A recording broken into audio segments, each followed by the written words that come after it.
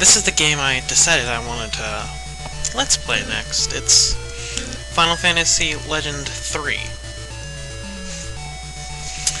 If the text is going too fast, you may want to pause it. I'll try to remember to go a bit slower, but if you really want the story, it's basically the world is mostly flooded, monsters everywhere. Stop them if you can.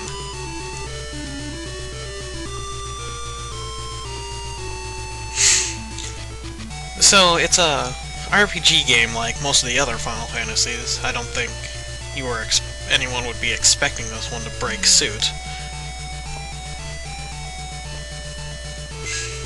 So your heroes are Arthur, Curtis, Gloria, and Sharon. Or Sharon. Or Joe.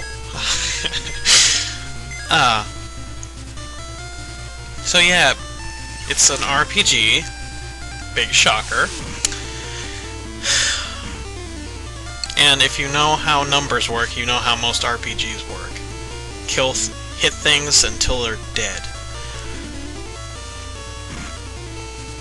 This is the first battle in the game that I just basically fast forward through.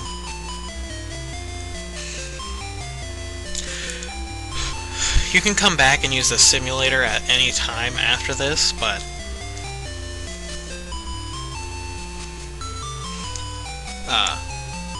it's better to usually just go outside and train.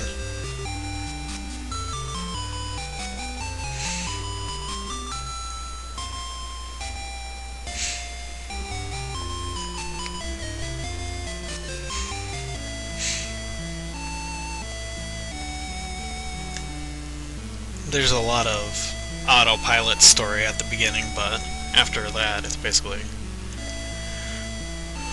not too bad. Oh no, the waves.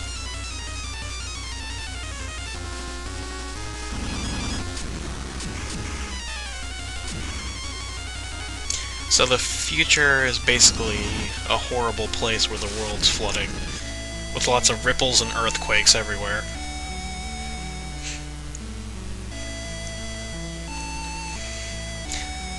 Wait, what? The plan won't work if the future's already destroyed, but this is the past, so you won't know if the future's destroyed unless the future actually comes to the present. The Elder confuses me ever so much.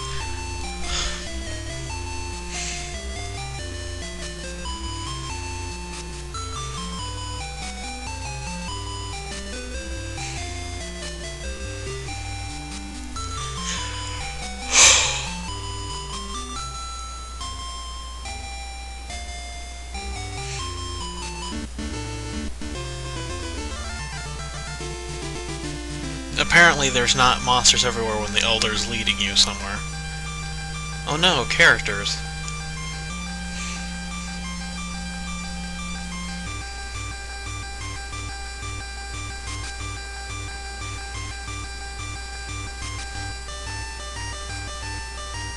Wait, what?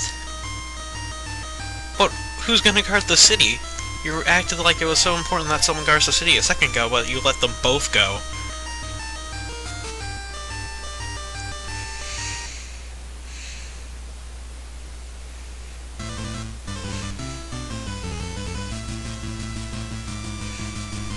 Oh yes, cause yeah, apparently they had a spaceship in the.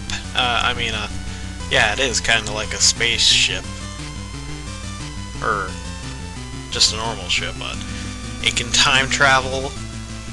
It can fly above the land. It's basically a time traveling airship without it being as airshippy.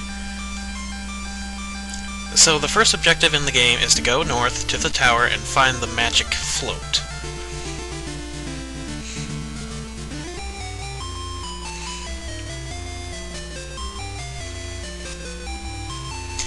So I'm gonna get some supplies, but since I haven't played this in a while, what I didn't remember is you don't have to buy most of the things.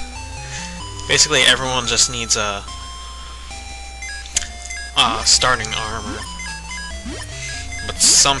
But they gave them random pieces of armor on random people, so like some people already have a helmet and some people already have a leather shoe, and it's really confusing.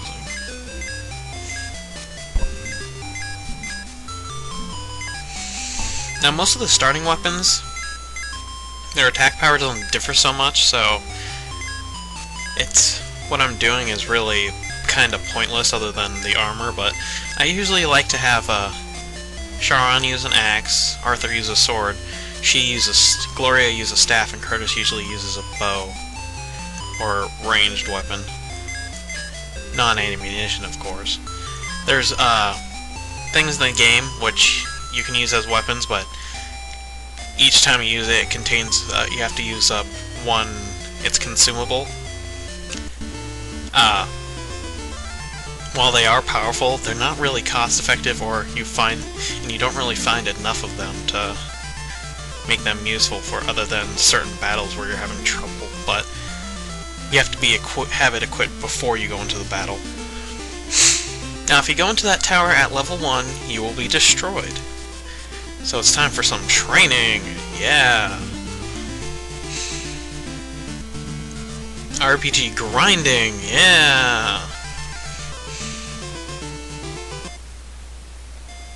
Well, I kinda paused it and trained a little bit. Now, why my party look like a band of gangled monsters, I'll explain. In this game, whenever you defeat a monster, or a robot, they drop meat for monsters and robotic parts for robots. Each time you eat or install those parts, you become a creature for your first meat, and a cyborg for your first robot part. If you eat another robot part if you take a robot part while a cyborg, you'll become a fully machine, and if you eat another piece of meat as a creature, you'll become a fully monster. If you want to reverse it, then if you're a monster, you take robot parts, and if you're a robot, you eat meat, which makes you go back closer to human. So if you eat meat while you're a cyborg, you'll go back to human, but if you eat meat while you're a full robot, you'll just go back to a cyborg. I hope that explains it, because if it doesn't, I'm pretty bad at explaining things. How I'll usually keep my party, I accidentally made Arthur a creature. It's usually better to keep your physical attackers human, because they have a lot more attack in their human form. Creatures, or robots, or cyborgs, or monsters, anything other than a human, they come with talents. Talents are basically no MP skills, but most of them that actually do damage aren't very powerful. Most of them are either status effects or just something that has a bit more attack power than a normal attack would with, well, Curtis or Gloria. Because those two are your more non-physical types, while Arthur and Sharon usually get more attack power.